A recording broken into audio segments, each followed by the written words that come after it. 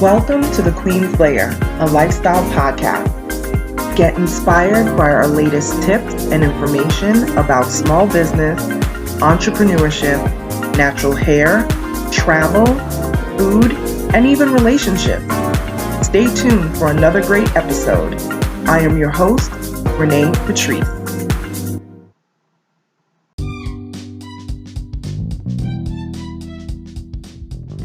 Welcome back, everyone. Thank you so much for tuning in to my podcast once again. So, this last piece of the series, okay, we've been doing a branding series, types of branding strategies. This last piece of the series has become much more popular over time, right? And I will go into one of the stores that I remember, that I can recall, when I was growing up, one of the first stores that I saw doing this, or a brand that I saw doing this, okay? This last type of branding that we're talking about is called no brand branding. Have you ever heard of it? I think a lot of people may know this better as no frills. Does anybody remember this? Now go back in your mind, stretch back in the reaches of your mind. Come on now, okay? The demographics of this podcast are people in their 30s and 40s, so I know we're all in the same boat here. So do you remember the no frills products? I can't even say it. The no frills products in your supermarket. Well, I will tell you, there was a supermarket, and I don't even know if they're still around anymore, but there was a big brand called Pathmark, and they were a supermarket company, and they were all over. I believe the company is based in New Jersey, but they had locations all over New Jersey, in New York, and all of that, right? Now, Pathmark, one thing they were known for is they always had great deals. Pathmark came with the deals. They were just straight up. You had all different types of brands in Pathmark, but one thing, the Pathmark brand of stuff, right, was no frills. That's what it was called. It was called no frills. Because I know, please tell me y'all remember this. Please don't let me be out here like I'm that old. But they had their own brand called No Frills. No Frills meant, okay, when I tell you, first of all, Pathmark was a very simple, brand or logo and everything. The brand on the colors were red, white, and blue. The word path was in red, the word mark was in blue, and then the back color of that was white, okay? So the No Frills brand was the Pathmark brand. So you know how some stores have their own brand in store? Walmart has Great Value, Target has Archer Farms, things like that. So Pathmark had No Frills. That was the name of it. And basically what it would be, if you picked up a can of tomato sauce, that, let's say like a 28 ounce can of tomato sauce or whatever it was no frills. That means no extra, no fancy designs, no, ragu, no Sargento, and none of the fancy stuff. It was just a white label, and it just had the brand, the store brand name on there, and that's it. There was no extras. When I say that's it, I mean, of course, ingredients and all of that, but there was no fancy branding, otherwise known as no frills, okay? That has become very popular now that I have seen this online. There's another brand called Brandless. So it's a play on the fact that they don't do any type of extra frills. They have one color of packaging for whatever the thing is. It's plain type, almost like a Tahoma font or some sort of, block font. They give you ingredients, they give you the name of the product, they give you how many ounces it is, and it's good to go. A lot of the things come in the pouches, like the zip pouches. Very simple packaging. It's really, really interesting. And if there's bottles of vitamins or whatever it is, it's a Plain clear bottle of vitamins, white cap, simple label, nothing extravagant whatsoever. So playing off of that no frills. And the reason why I mentioned no frills and Pathmark, because that's my earliest recollection of the no fancy, the non-fancy branding. And I didn't know that was branding back then. I didn't know I was going to be an executive brand manager and have my own company back then. But now when I look back on that, it was really something. So now people are usually a little weary about using those type of products because they're so used to the fancy marketing and packaging that these products come with. But that's people, let me just tell you this. I'm in this business for years. That is what you are paying for. Okay? So think about the front of ragu, the front of a ragu jar, right? The pasta sauce that so many people use, Prego, Sargento, whatever you're using, you're paying for that packaging. So the fancier the packaging, the fancier the bottle. If the bottle has, inscriptions on it, if it's a mason jar that has, insignia on it, some of these mason jars, you ever peel the label off of a mason jar and it actually, the glass, it has a logo etched into the glass. You're paying for that. Instead of it just being a straight round glass, with a cover on top. You are paying. Trust me. People, I wish you could look into my eyes right now. Okay? The imaginary look into my eyes. I'm telling you, this is what you're paying for. Okay? You will pay much less if something is just put in cardboard. You will pay much less if things are in a zip bag. If you are going to buy cheese that's going to come in this packaged, extravaganza, you're going to pay much more for it than the cheese that is in the actual pouch. You know what I'm saying? This is how this goes. Those fancy bottles that they use for the Simply juices, the Simply lemonade, and whatever. That's not even a half a gallon. I think it's 59 ounces. Not even a half a gallon. They want to run with the half a gallon big boys, right? But they're not even a half a gallon. I think they're either 59 ounces or maybe even 48 ounces. One of those. But it's such a fancy bottle and everybody gets taken in by the packaging. I said this on a podcast episode just a few back. I said packaging will get you every single time. This is about appealing to the people, right? And so packaging will definitely do it. But this brandless product, right? This is also known as minimalist branding. Again, this article, I wish I could remember the person who sent me this article because it was so timely. I said, this is a good time to break down these different strategies. And I tell you, Business to Community definitely broke it down well. And that's why I'm doing this deep dive.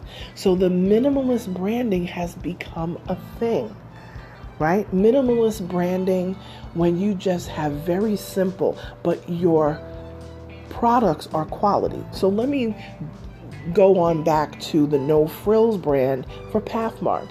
I will tell you, the first time that we tried the No Frills brand, we were shocked. We had the No Frills pasta, we got like spaghetti, and we got the No Frills pasta sauce. And my mom did her thing, and she was like, this sauce is really good. Because, sometimes you buy some certain things and you got to zhuzh it up. You got to put your own stuff in it. No, this sauce was really great. So I'm telling you, that was, if I really think back to my childhood, that was one of the first instances that I can say that I remember of a company using minimalist branding or no brand branding, right? So these generic brands sometimes are, and I'm going to say sometimes, most of the time are really good. I know people have a love-hate relationship with Walmart. I do too. But you know what? Their great value brand has proven to be very good. Very good. I'm trying to think of other places that have There's stuff, Target, of course, Archer Farms. Listen, I remember getting some granola bars from there, and under the Archer Farms brand, or whatever the Target brand was at the time. And, I had friends come over to the house and they were just like, oh, you got any snacks? And I was like, yeah. So I took out all these Archer Farm things because I refused to spend all this extra on the Quaker brand stuff, and it tastes exactly the same. So they said, ooh, Archer Farm. I never heard of Archer Farm. I said, and they were a little bit hesitant. I said, taste it. Just taste it. They tasted it. They said, this is good. Where'd you get? I never heard of this brand. I said, that's the Target brand. They were like, let me find out. Listen, sometimes you have to take a chance on these no-frill brands or those generic brands, because I'm telling you, and often I find that their products sometimes are even better because they spend so much time zhuzhing up the packages on the outside that they don't spend a lot of time with the formula of the food that they're putting on the inside. So I have found that a lot of generic brands or the store brands of some of these supermarkets are even better than those big box brands. You know what I mean? So trust me when I tell you, look into my eyes, people. Don't down the generic brand. So when mom used to come home with the Puff cereal, and that was supposed to be, the knockoff Kix or the knockoff Fruit Loops or whatever. Listen, the knockoff Fruit Loops taste delicious. Let me just tell you right now, it don't taste any different. It really doesn't. And you know what? The thing is too, when you're dealing with kids, don't even show them. My mom used to pour the cereal out and put it in, because she didn't like keeping the cereal in the boxes and rolled up and everything. You live in apartment buildings, you want to make sure everything's closed up. You don't want no critters, attract no type of critters. So what she used to do is she used to get these Tupperware containers that hold the cereal, and she would pour, and it fit a whole 20-ounce box of cereal in there, and she would pour the whole cereal box in there and seal it right on up. We wouldn't know the difference. We thought it was Fruit Loops all this time. And the first time I saw it, I was like, what are Fruit O's or Fruit Rings or whatever they used to call it? But it didn't taste any different. Some of the brands you could taste the difference, but a lot of them you couldn't. You had no idea. And sometimes I think a lot of it was mind over matter anyway. So you see that it's an off brand and now all of a sudden it tastes different. No, it don't. It tastes just the same. So yeah, if you're trying to save some dollars, go for your store brand. Test them out. Buy the smaller version of it. Test it out and see how it is. I'm telling you, you will find some gems that way. But that is a way for people to connect without all the extra zhuzh. You know what I'm saying? Because a lot of these brands, especially this brandless brand, and this is not a sponsored video at all. I have seen them around for a while, and their website, their packaging, everything has like a very simple aesthetic to it, and I really love it, and it actually gets your attention even more than the packaging that is very busy with all the colors. So it's very interesting. But the prices are great, because I'm telling you, when you are a brand that is doing all this fancy packaging or specialty made bottles, and I don't care if you're a perfume brand, anytime you see a perfume bottle that has like a really wild formation of the glass, they have to have a glass blown to do that. You know what I'm saying? And then you have to repeat that process over and over and over again. And it costs money. It costs a lot more money. So yeah, pay attention to some of these so-called generic brands. You can find some real gems.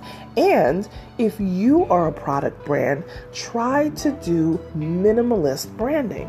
You don't have to spend a ton of money to crowd up your labels with all this and that and zhuzh and here and there.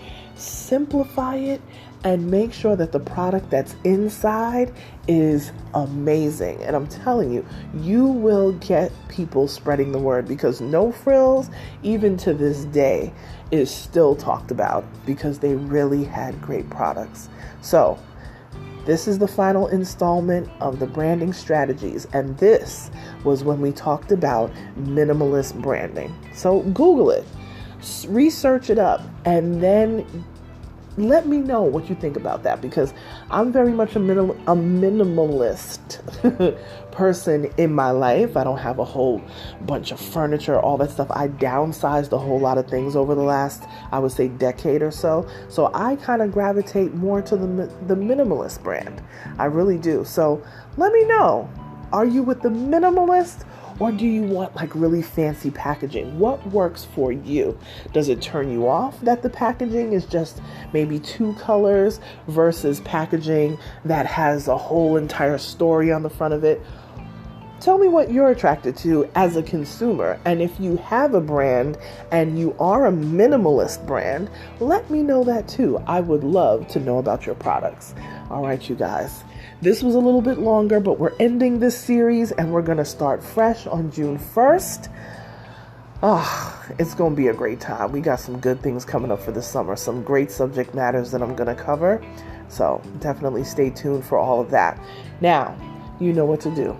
Like, you need to share, and please, you need to subscribe. I mean, this is a daily podcast, so why wouldn't you be subscribed? Okay, I do this from the heart, y'all. This is definitely something that I love to share with people, but it kind of gives you a glimpse into what it would be like being a client of mine, because these are the sort of conversations that I have with my clients in their weekly meetings. So if you ever want to know what it's like to be an Onyx Queen Media client, these podcasts will give you a good idea.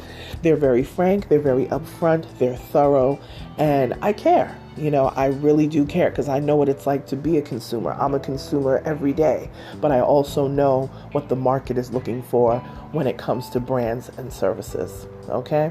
So, like, share, subscribe, tag me on social media at Onyx Queen Media on Instagram, and let me know that you're listening, and I will give you a shout out in my stories, and I will tag you back. All right?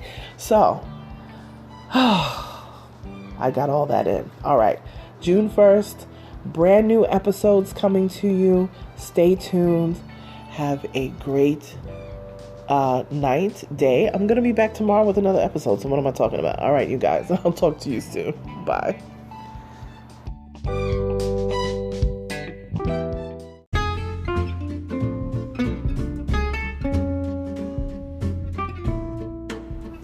Online savings simplified. Don't search for coupon codes ever again. With one click, Honey's smart shopping assistant will automatically apply discounts to your cart in seconds. Save on all your favorite things. Easily pay less for products you're already buying online. It's as easy as 1, 2, 3. Join Honey for free. It takes 2 clicks to add Honey to your Chrome, Safari, Firefox, or Opera browser. Find savings in seconds. While you shop, Honey will find working promo codes across the entire internet, and you save instantly. With one click, Honey will apply the best deals to your cart. It's that easy. So what are you waiting for? Get Honey. Download it today. Visit our link, www.tinyurl.com/ONYXHONEY. That's www.tinyurl.com/Onyx Honey. Start saving right now.